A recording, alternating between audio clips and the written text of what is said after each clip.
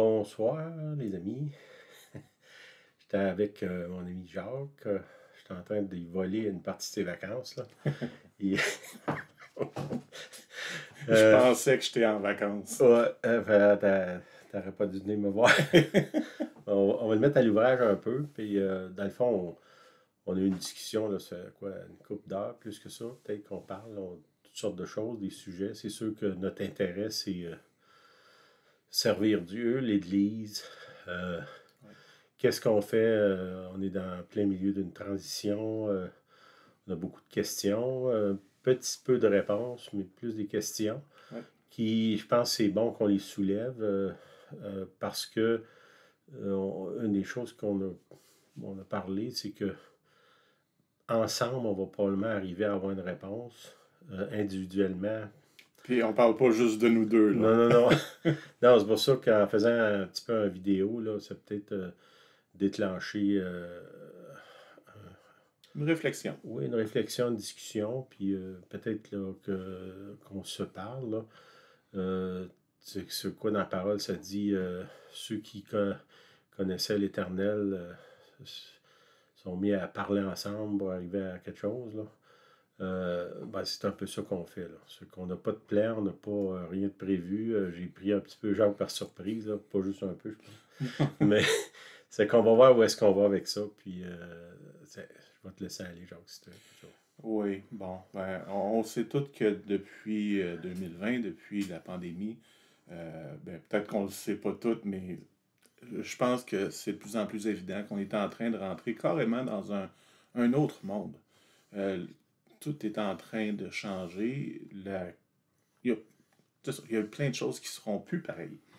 Et puis, une question qu'on peut se poser, parce que là, ça fait pendant 2 ans, les églises, il y a plein de choses qui ont été dérangées. On attend peut-être un peu tout le retour à la normale, mais est-ce qu'on doit retourner à la normale? C'est une question que je pense que je suis certain que je ne suis pas le seul à me la poser. Là, j'ai entendu plusieurs fois. Mais, euh, mais c'est ça. C'est vers où on devrait aller à partir de là. Ouais. Et puis, évidemment, moi, j'ai pas la réponse. Je pense pas Moi non non plus que plus. Sylvain a la réponse.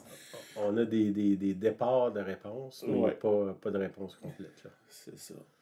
Mais peut-être juste vous partager certaines réflexions. Euh, bon, là, je vais peut-être partir de loin. Je sais même pas. C'était pas prévu, T'as fait pas tes notes, que là, hein? j'ai pas de note à rien. Mais juste si on passe ça avec la Genèse, excusez-moi, Un bon début. un bon début. Directement au début, on voit dans Genèse 3 qu'il y a 2 arbres devant nous. Genèse 2, excuse. Genèse 2 et 3. Il y a 2 arbres qui sont devant Adam et Ève, l'arbre de la vie, puis l'arbre de la connaissance du bien et du mal. Et ça, Mhm. c'est un nom qui peut être très euh, euh, c'est ça, confus pour nous les chrétiens, parce que la connaissance du bien et du mal n'est pas supposé être une bonne chose. Mais bon, moi je pense qu'une des clés là-dedans, c'est que on ne peut pas, on peut pas se considérer les juges finaux de c'est quoi la connaissance du bien et du mal. Non. Euh, c'est celui qui est la vie, Jésus, Dieu, qui a cette connaissance-là, et puis euh, nos, nos- notre conception de ce qui est bien et ce qui est mal doit passer par lui, puis par la relation avec lui, dans le fond. Par la relation avec lui. Puis on pourrait en parler à plusieurs niveaux, mais je trouve ça vraiment particulier que directement au début du livre, il y a un avertissement sur comment est-ce qu'on doit se servir de la Bible. Est-ce qu'on veut s'en servir pour connaître le bien et le mal et nous en faire les juges? Ou est-ce qu'on doit s'en servir pour connaître celui qui est la vie? Uh-huh. Et puis, je pense que dans toute cette réflexion-là de comment est-ce qu'on doit entrer dans la nouvelle saison dans laquelle on entre, par la force des choses, parce que le monde a énormément changé, les, les, la société a drastiquement changé. Je pense que de garder ça en... premièrement, faire la différence entre c'est quoi qui est la vie dans ce qu'on faisait avant, puis c'est quoi qui est le fruit de, je sais pas, qui est plus relié à notre reconnaissance du bien et du mal, où est-ce qu'on en est les juges. Puis dans le fond, quand Jésus est arrivé, c'était le début d'une nouvelle époque. Mm. Jésus est arrivé, puis il a dit, le royaume de Dieu est proche. En fait, il est arrivé. Mm. Et puis il se présentait devant ceux qui étaient là, puis qui étudiaient les Écritures depuis longtemps, qui dévouaient leur vie. Puis ces gens-là ne l'ont pas reconnu. Il a choisi des gens qui n'avaient aucune connaissance pour en faire ses disciples.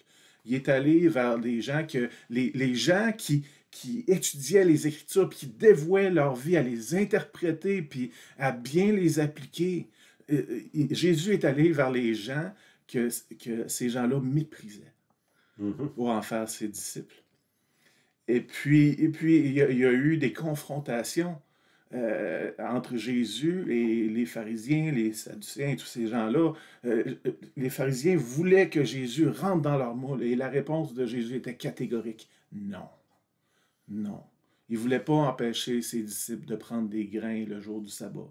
Il ne voulait pas guérir quelqu'un une journée après le sabbat. Il ne voulait pas se laver les mains pour respecter les traditions de leur père. C'est non, non, non, non. Puis à chaque fois aussi qu'il y avait une confrontation, peut-être à part pour le lavage des mains, mais souvent on voyait que le désir de Jésus de rencontrer un besoin, entre autres l'homme à la main sèche, le jour du sabbat, est-ce que, s'il te plaît, retiens-toi, fais ça une autre journée? Non! Il y a quelqu'un ici qui a besoin de mon Père, puis tu ne te mettras pas entre moi et mon Père pour décider qu'on ne peut pas faire ça. Jésus voulait se révéler à quelqu'un, puis il y avait les vieilles façons de faire, les traditions qui étaient là, qui voulaient se mettre entre les deux.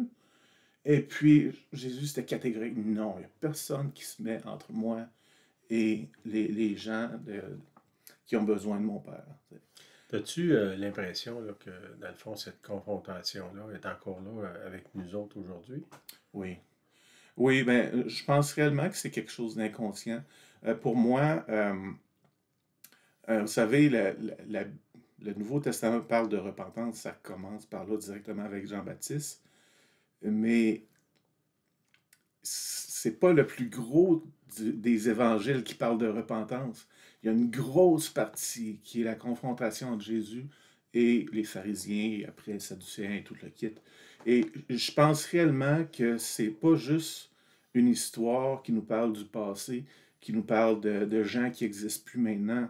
Je pense réellement que cette partie-là est pour nous. Et qui sont là pour nous faire réaliser le pharisien, sadducéen qui est en nous. Mm-hmm. Puis qu'on doit réfléchir à nous-mêmes sur, OK, c'est quoi qui est chez moi des traditions? Parce qu'une tradition, dans le fond, c'est pas quelque chose en soi qui est nécessairement mal au départ.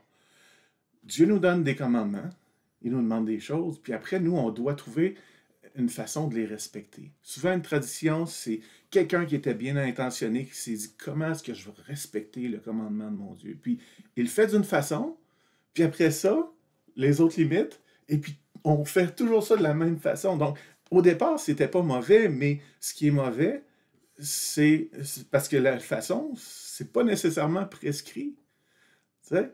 Puis c'est quand on veut perpétuer des choses qui, à un certain moment donné, quand le contexte a changé, n'est plus nécessairement utile, n'est plus nécessairement la meilleure façon. Puis on perpétue ça comme étant un commandement de Dieu, alors que le commandement, au départ, était beaucoup plus simple. Mm-hmm. Et puis c'est ça. Nous autres, on a développé des traditions. J'aime pas parler des autres, mais des fois, j'ai vu, il n'y a pas longtemps, une diffusion d'une réunion d'église, et je suis certain que c'est toutes des personnes qui aiment Dieu, je ne veux pas jeter la pierre à personne, mais je voyais dans leur façon de faire que au début de leur ministère, ils avaient poussé pour des changements, Mais après, pendant 47 ans, ils ont perpétué la même chose et ils n'ont jamais changé après. Mais je pense que c'est quelque chose de naturel. Quand on est jeune, qu'on arrive dans la foi, on voit des choses qui ont plus leur place, on pousse pour du changement, et puis après, on s'installe dans un confort, on crée nos propres traditions. Puis quand la génération d'après arrive, qui va changer les choses, on se dresse.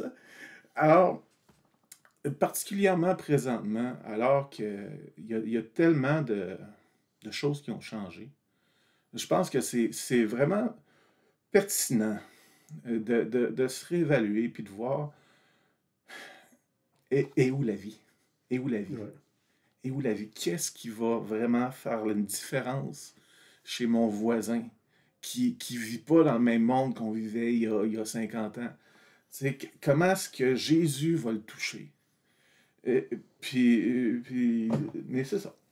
Puis dans tout ça, moi, je suis le pasteur d'une petite église. Puis tu sais, pour être très honnête, j'ai pas tout révolutionné où je suis. Je continue un peu de faire les choses comme on le faisait avant, mais je sais pas comment faire autrement. Mais c'est pas non plus parce que je pense que c'est c'est la grande solution. Fait que, en gros, c'est ça. C'est mes OK, réflexions. une des choses que dans le fond, tu parles, là, tu as l'arbre de la connaissance du bien et du mal, puis l'arbre de la vie. Oui, Peut-être que, je ne sais pas si, dans le fond, on a besoin de la vie. oui, Hein, Jésus il dit, si on va à lui, on va avoir la vie en abondance. oui, Puis, qu'est-ce qu'on cherche quand on cherche Dieu? On cherche une vie différente, on cherche la vie, finalement. oui. Puis si, je ne sais pas si tu veux prier pour nous, pour Hmm, qu'on puisse avoir accès à cette vie-là, puis qu'on puisse être capable de la transmettre aussi. Là. Tu sais, dans le fond, ce que ouais, Jésus nous a laissé, c'est la vie. ouais. Ben, c'est ça qu'on a à donner. Là. Mhm. Puis des fois, comme tu dis, on s'est tellement empêtré dans toutes sortes d'affaires qu'on a oublié notre mission principale, c'était de répandre la vie. Là. Ouais, Donc, je vais te laisser prier. c'est bon. Ben, Seigneur Jésus, tu t'es révélé à nous, tu es venu toucher nos cœurs à un certain moment de nos vies. On a compris à un certain moment donné que c'est toi qui allais faire la différence. Et puis, les gens autour de nous ont besoin de toi. Puis, peut-être même qu'il y a quelqu'un qui écoute présentement, puis qui a besoin d'une révélation de ta part. Seigneur, aide-nous à te révéler aux gens autour de nous. Aide-nous à voir comment on peut faire la différence. Aide-nous à connecter les gens autour de nous avec toi, puis aide-nous aussi à être ouverts d'esprit, Seigneur Dieu, à faire la distinction entre l'essentiel et le non-essentiel, entre ce que toi, tu nous as demandé, réellement demandé de faire, puis peut-être des choses qui sont simplement des habitudes qu'on a prises, puis qu'on ne devrait pas prendre comme des absolus, Seigneur Dieu. Aide-nous à faire cette différence-là. Aide-nous à voir comment on peut atteindre ce monde-là qui a tellement changé, puis qui a tellement besoin de toi, Seigneur Dieu. En ton nom, Seigneur Jésus. Amen. Amen. Amen. Ben, je te remercie. Puis là, je te retourne à tes vacances. Merci. Bonsoir à tout le monde.